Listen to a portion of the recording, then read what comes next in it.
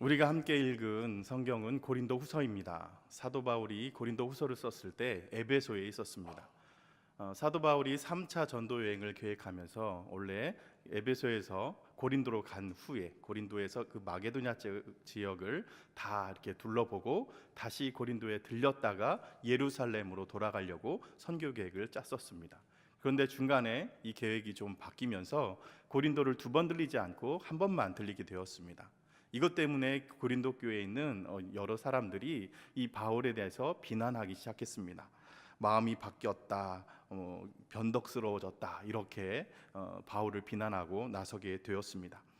바울의 사정을 조금만 살펴보면 이해할 수 있는 일인데도 불구하고 이렇게 대놓고 이해가 아닌 오해하기로 마음을 먹었습니다. 오해의 소지가 있을 때 서로 이해하려고 애쓰고 노력해야 또 교회가 어렵지 않고 좀 하나가 될 수 있는데, 이렇게 대놓고 오해하고자 말하면 이건 방법이 없습니다.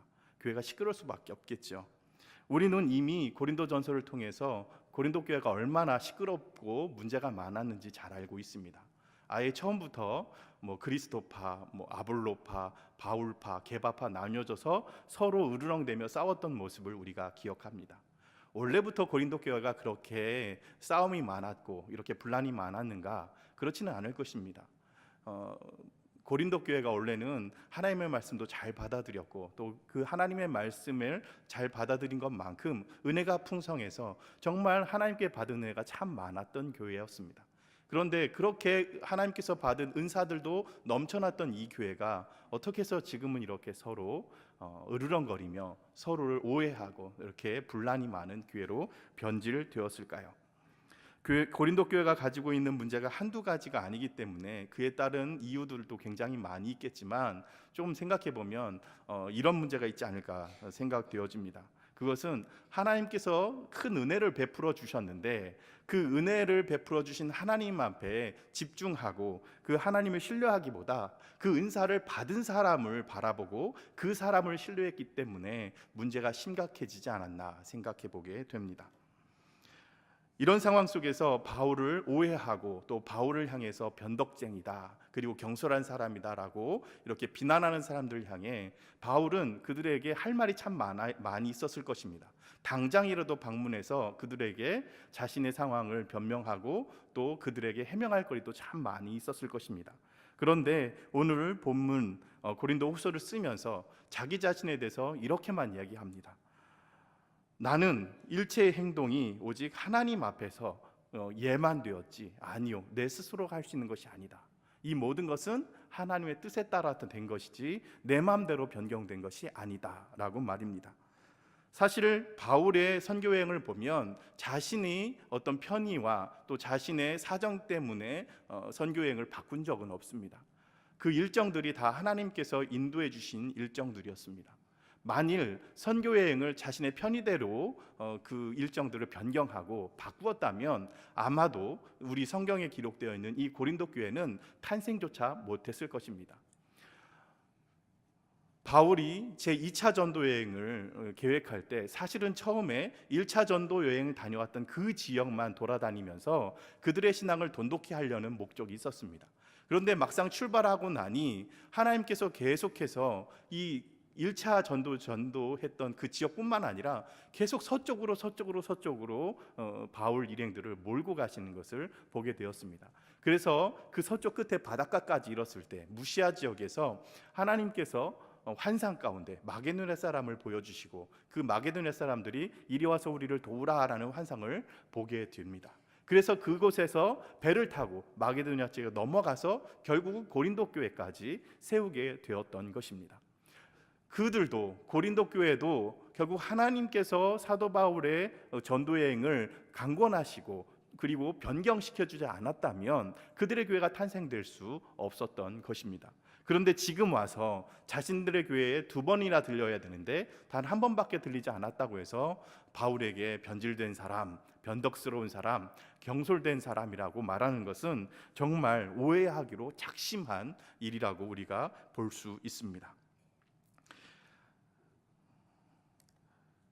대부분의 사람들은 다른 사람들을 판단할 때 자신의 모습을 투영해서 다른 사람을 판단합니다.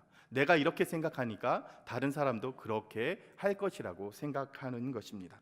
만약 고린도 교인들이 바울과 같은 심정을 가졌다면, 이 바울처럼 하나님 중심에 서 있었다면 오해가 아니라 그를 쉽게 이해하고도 남았을 것입니다. 그러나 자신들이 서로 의심하고 싸우고 변덕스러우니까 바울도 그럴 것이라고 비난해버리고 마는 것이었습니다. 바울은 일부 고린도 교인들의 오해를 풀기 위해서 자신의 신상에 대한 일제의 변명을 하지 않고 오직 하나님의 뜻을 따른 것뿐이며 자신의 마음대로 아니요, 그리고 일정을 바꿀 권한이 없다라는 것만 딱 밝히고 더 이상 언급하지 않는 모습을 보게 되어집니다. 그리고 나서 자신들에 대해서 왈가불가하는 사람들, 자신을 변덕장이라고 이렇게 조롱하고 그리고 그에 대해서 비난하는 사람들 향해서 당신들은 예수님께 대하여 예하고 순종하며 사십시오. 그리고 예수님 앞에 아멘으로 사십시오라고 강하게 권면하고 있습니다. 오늘 본문 말씀을 읽다 보면 아니요라는 단어들이 많이 나오는 것을 볼 수 있습니다. 계속 예라는 단어를 쓰다가 맨 마지막에는 아멘 하여 하나님 앞에 영광을 돌려라 라고 권면하는 모습을 보게 되어집니다. 사도 바울이 진짜 고린도 교회에게 하고 싶은 말은 바로 이 아멘이라는 말이었을 것입니다. 이 아멘이라는 뜻은 우리가 너무나도 잘 알고 있듯이 진실로 그렇습니다, 정말 그렇게 이루어질 것입니다 라는 뜻입니다. 이 아멘은 지금 우리들도 참 많이 사용하고 있지 않습니까? 성경에서도 너무나 많이 사용되는 단어이기도 합니다. 특별히 하나님께서 이스라엘 백성들에게 어떤 명령을 하셨을 때 하나님께서는 강권해서 이스라엘 백성들에게 아멘을 하라고 요구하시기도 합니다. 특별히 이 아멘은 한 번만 하는 경우보다는 두 번씩 연거푸 나오는 경우도 참 많이 있습니다. 느헤미야 8장을 보면 에스라가 이스라엘 백성 앞에서 율법책을 읽으면서 하나님을 송축합니다. 그때 이스라엘 백성들이 엎드리며 하나님 앞에 아멘 아멘 하면서 하나님 앞에 영광 돌리는 모습을 볼 수 있습니다. 여러분, 아멘을 두 번 하면 어떤 의미가 될까요? 강조의 의미가 있고 더 나아가서 최상급의 의미가 있습니다. 이렇게 하나님 앞에 아멘으로 대답하는 것 굉장히 소중합니다. 아멘 하는 건 다 좋은데요, 우리가 하나님 앞에 예라고 대답하는 거지 않습니까? 우리가 성경적으로 아멘으로 두 번 하는 건 참 좋은데 우리나라 말로 두 번 아멘 하면 뉘앙스가 약간 달라지죠. 이렇게 되면 어떻게 될까요? 하나님 앞에 순종의 의미보다는 굉장히 좀 거만해 보일 수 있고 오히려 하나님의 말씀을 불순종한다라는 의미도 내포될 수 있습니다. 그래서 오히려 우리는 아멘이라는 단어를 훨씬 더 선호하는 것 같습니다. 그리고 아멘, 이 아멘이 뜻의 진실되다라는 의미를 가지고 있지 않습니까?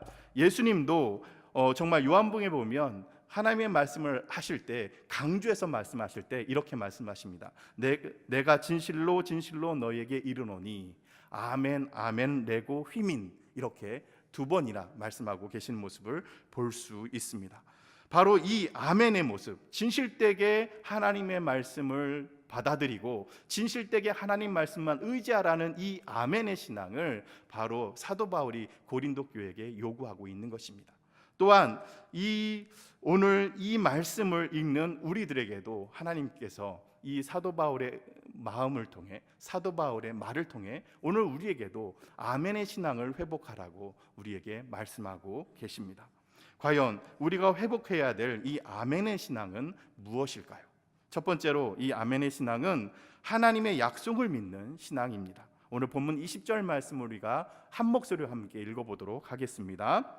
하나님의 약속은 얼마든지 그리스도 안에서 예가 되니 그런즉 그로 말미암아 우리가 아멘하여 하나님 앞에 영광 돌리게 되느니라. 아멘. 하나님은 헛되이 말씀하시는 분이 아니시고요, 또 하나님은 약속을 저버리시는 분도 아니십니다. 이사야 선지자는 이 하나님의 약속에 대해서 이렇게 말씀했습니다. 이사야서 55장 11절 말씀에 내 입에서 나가는 말도 이와 같이 헛되이 내게로 돌아오지 아니하고 나의 기뻐하는 뜻을 이루며 내가 보낸 일에 형통함이니라, 이렇게 말하고 있습니다. 하나님의 약속은 다 이루어지는 것입니다. 오늘 본문 말씀에 보았듯이 하나님의 말씀은 누구를 통해서 이루고 있습니까? 예수님을 통해서 이루어가고 있음을 볼 수 있습니다. 또한 주님께서 다시 오시는 날 그 약속들을 완성시켜 가실 것입니다. 하나님께서 예수님을 통해서 이루고자 하셨던 가장 큰 약속은 바로 구원의 약속이었습니다. 만일 예수님께서 하나님의 말씀에 예 하지 아니하고 아니요라고 했다면 우리들에게 주어진 구원은 어떻게 되었을까요? 하나님의 구원의 약속은 예수님을 통해서 성취되지 못했을 것입니다. 그런데 예수님은 하나님의 그 모든 말씀에 예로 응답하셨습니다. 하나님의 약속은 그리스도 예수 안에서 얼마든지 예가 되었다라고 말하죠.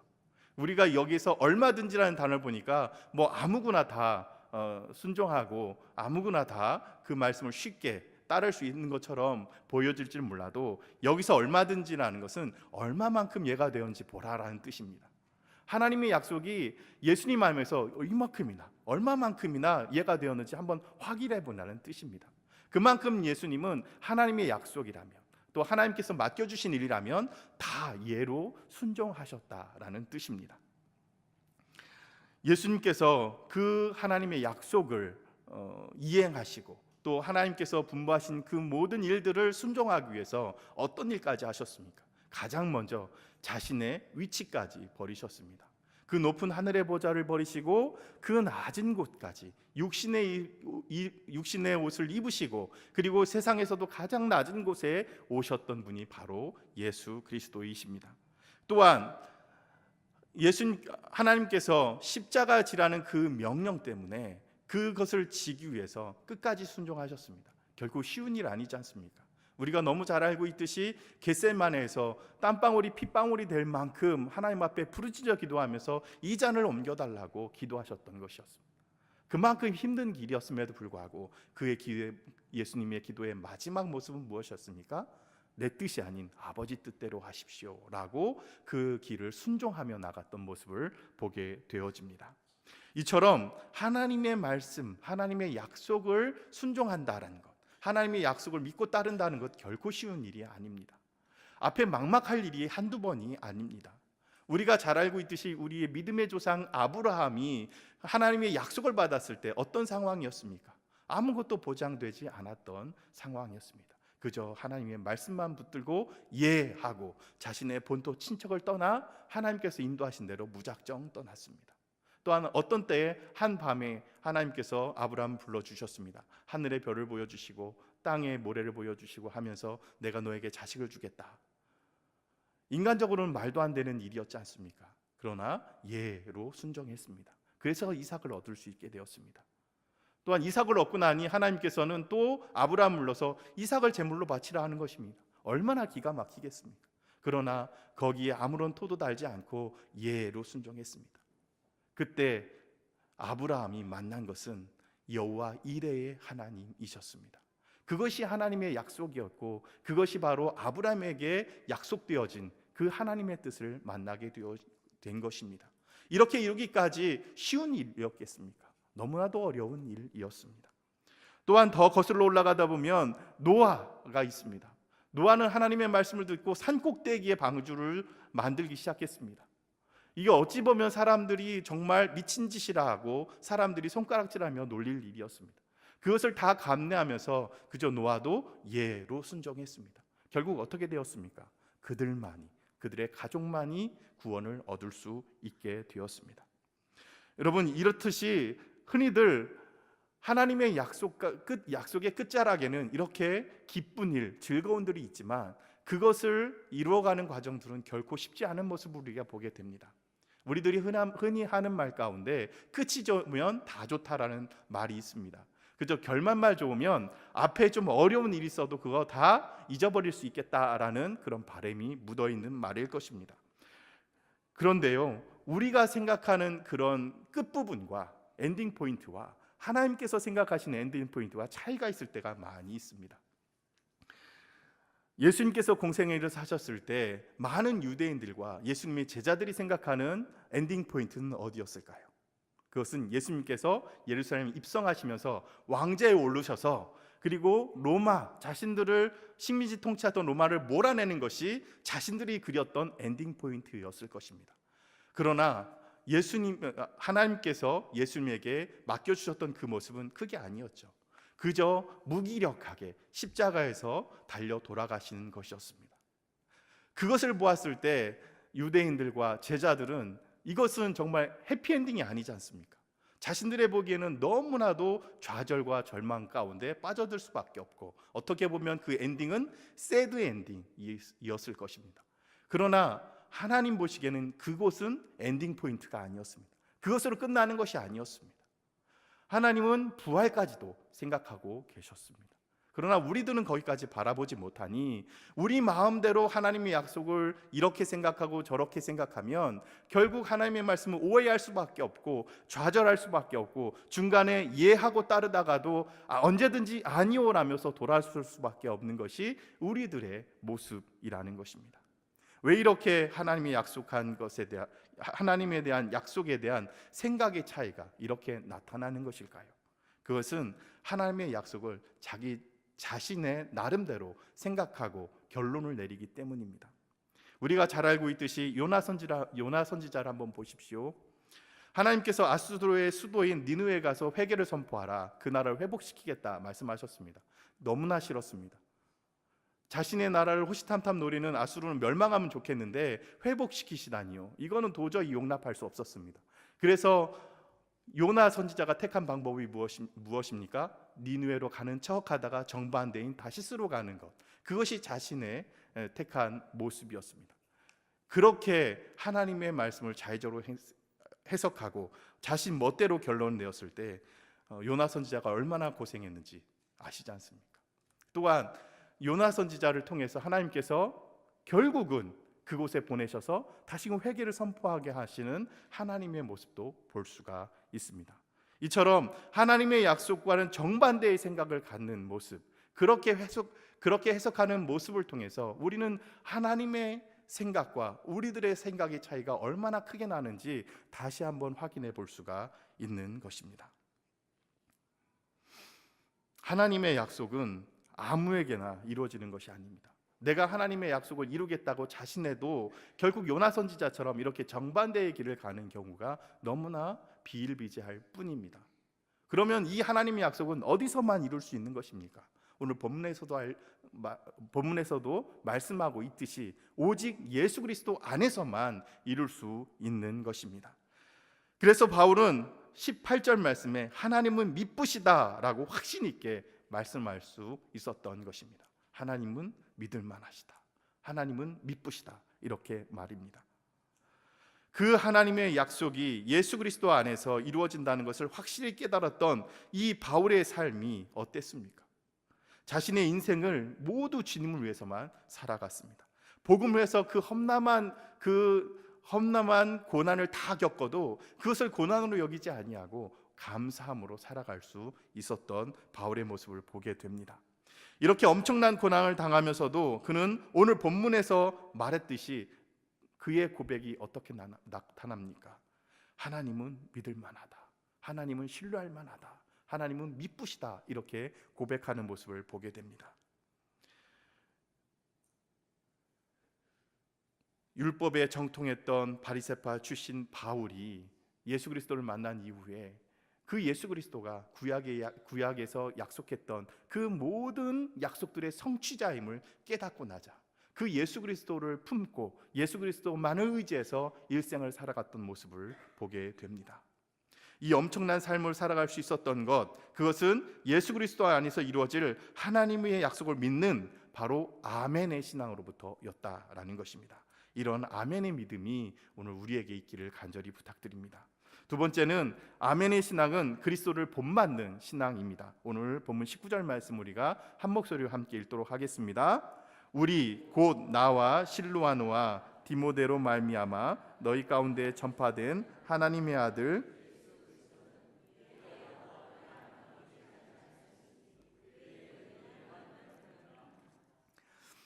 예수님은 예라고 말씀하시고 뒤에 가서 아니오라고 행동하시는 분이 결단코 아니십니다. 오직 예수님께는 뭐만 존재했다고요? 예만 존재했다고 했습니다. 이것을 공동번역 성경에서는 이렇게 좀 쉽게 풀어서 이야기하고 있습니다. 예수 그리스도는 이랬다 저랬다 하시는 분이 아닙니다. 그리스도는 언제나 진실이 있을 따름입니다 라고 말입니다. 그만큼 주님은 진실한 삶을 사셨습니다. 진실함은 하나님과 관계가 있죠. 예수님이 인격적으로 부족해서, 능력이 부족해서 하나님의 약속을 믿고 따른 것이 아닙니다. 그것은 하나님의 진실함을 나타나기 위해서 예하고 순종하셨던 것입니다. 자신을 낮추시고 그리고 심지어 십자가에 죽기까지 그렇게 순종하심으로 말미암아 하나님의 진실함을 드러내셨던 것이 바로 예수님의 삶이었습니다. 예수님은 예하고 죽으셨고 망한 것 같았지만 결국은 영광의 모습으로 부활하셨고 또 하늘로 올리셔서 하나님 보좌 우편에 앉으시는 영광의 자리에 다시금 올라갔던 것을 우리가 기억합니다.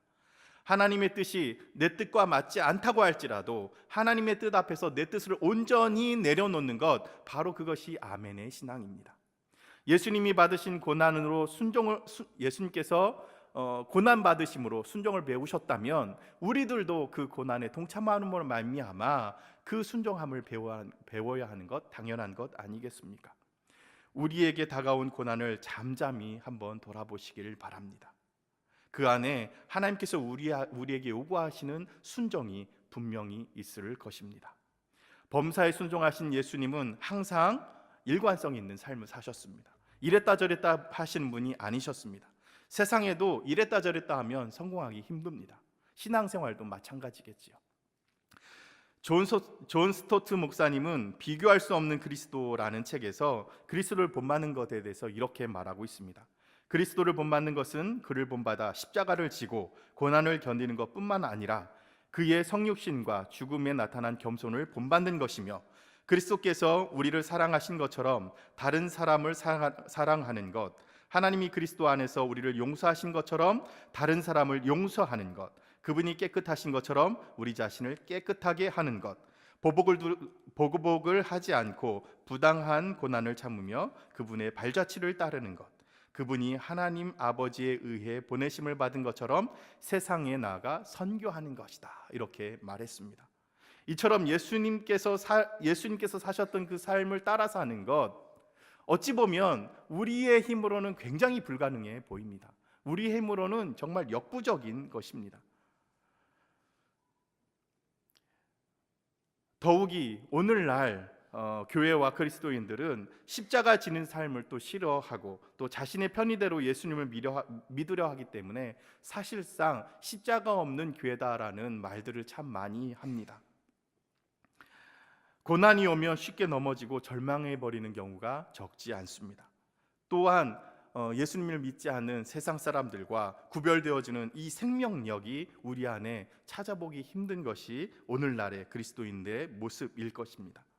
십자가 없이 예수 그리스도를 이용해서 내가 좀 이 땅에서 편히 살아보고자, 그리고 명예와 성공을 얻어보고자 하는 그런 신앙을 가지고 있다면 이것은 무속신앙과 뭐가 다르겠습니까? 오늘 본문 20절 말씀을 보면 사도 바울이 하나님 앞에 영광 돌리기 위해서 이것부터 하라고 우리에게 권면하고 있습니다. 20절 하반절의 말씀을 보면 그런즉 그로 말미암아 우리가 아멘하여 하나님 앞에 영광 돌리게 되느니라 라고 말입니다. 무엇을 하라고 말합니까? 아멘 하라고 하죠. 아멘하면 정말 하나님 앞에 영광이 될까요? 아멘은 하나님을 믿고 인정하고 하나님을 따르고 순종하겠다라는 표시입니다. 자식이 부모를 인정하고 따르며 순종하면 기쁘지 않겠습니까?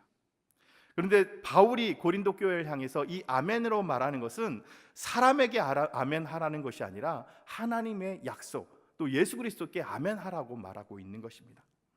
우리가 아멘이라고 하면 어떤 분들은 좋아하기도 하고요, 어떤 분들은 굉장히 좀 싫어하기도 합니다. 한국교회 이 아멘 때문에 여러 가지 논쟁들이 분분하기도 했습니다. 아멘을 안 하면 냉랭하기도 하고, 또 아멘을 하면 괜히 쓸데없이 목사 말에 이렇게 충성한다라고 말하기도 하는 여러 가지 오해들이 있었습니다. 설교할 때 축원합니다, 할렐루야 하면 자동적으로 뭐가 따라옵니까? 아멘이 따라왔잖아요. 이렇게 의미도 없이 그저 아멘으로 추임새처럼 듣는 것은 옳지 않겠습니다. 그러나 아멘의 의미가 무엇인지 정확하게 알고 하나님의 말씀에 순종하겠습니다, 그 뜻대로 내가 따르겠습니다, 하나님의 말씀대로 살겠습니다라는 마음을 담아서 아멘한다면 그것이 무엇이 문제가 되겠습니까? 오히려 그렇게 아멘하는 것으로 그들의 오해를 풀 수 있는 것이고, 그리고 그들의 잘못된 분쟁들을 불식시킬 수 있는 힘을 가질 수 있다는 뜻입니다. 그렇기 때문에 우리는 고린도 교회처럼 사람에게 아멘할 것이 아니라 오직 누구에게? 우리 주님께 아멘해야 될 것입니다. 그 아멘 속에는 하나님의 약속을 믿는 믿음이 담겨 있어야 합니다. 또 그 아멘 속에는 예수 그리스도를 본받아 살겠다는 믿음이 담겨 있어야만 합니다. 그렇게 진실한 마음과 확실한 믿음으로 아멘하여 하나님 앞에 영광 돌리는 참된 그리스도인 되시길 간절히 부탁드립니다. 기도하겠습니다. 신실하신 하나님, 우리가 주님의 몸된 교회를 세워나갈 때 하나님 사람의 말과 능력을 바라보지 않게 하여 주시고 오직 우리 주님만을 바라보게 하여 주시옵소서. 우리에게 진실한 마음과 확실한 믿음을 주셔서 주님의 말씀에 담대히 아멘으로 순종하게 하여 주시옵소서. 예수님의 귀하신 이름으로 기도드리옵나이다. 아멘.